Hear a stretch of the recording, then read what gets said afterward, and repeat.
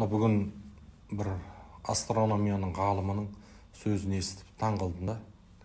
Ол кісінің айтып жатқан айтады, қазіргі уақытта мына біздің өмір сүріп жүрген сағатымыз 24 сағат емес, 23 сағат дейді.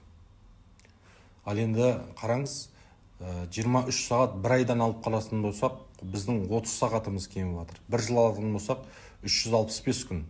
Ал енді 365 күнді күнге шағатын болсақ, 16 күніміз біздің бір жылдан былай алынып тасталып жатыр. Бізде айналып жатқан 24 сағаттың көрінісіне 23 сағат дейді. Енді осыны естіп тұрып, еріксіз мен пайғамбарымыз саллаллаху алейхи вассаламның хадисіне таң қалдым да. Пайғамбар саллаллаху алейхи вассалам айтады, ертең қияметке жақын жылың ай сияқты өтеді, айың апта сияқты өтеді, аптаң күн сияқты өтеді, уақыттың берекеті болмайды дейді. Екінші бір хадисінде Бұхариде келген, екі нығмет бар, адамдар қадір қасиетіне жете алмай жүрген, оның біреуі денсаулық, екінші уақыт дейді. Алла тағала Құрани кәрімнің көп жерінде уақытпенен ант ішеді.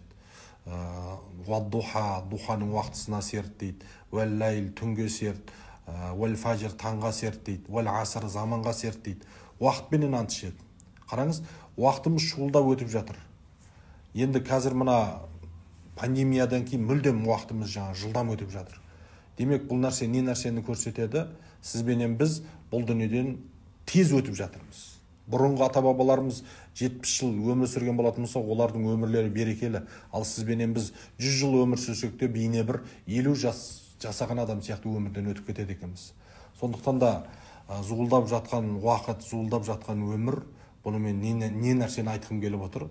Бұнымен сізбенен біз біреуге ренжудің қажеті жоқ. Ата-анаңа ренжудің қажеті жоқ. Бауырларыңа ренжудің қажеті жоқ. Достарыңа ренжудің қажеті жоқ. Аз ғана өмір сізбенен бізге берілген ғұмыр. Осы аз ғана ғұмырымызда бауырларымызбен жақсы қарым-қатынаста болатын болсақ, иншалла Алланың құзырында ол жеңіске жеткен құлдарының қатарынан боламыз, бауырлар. Уақыттың қадір қасиетін білейік, уақытымызды үнемдейік.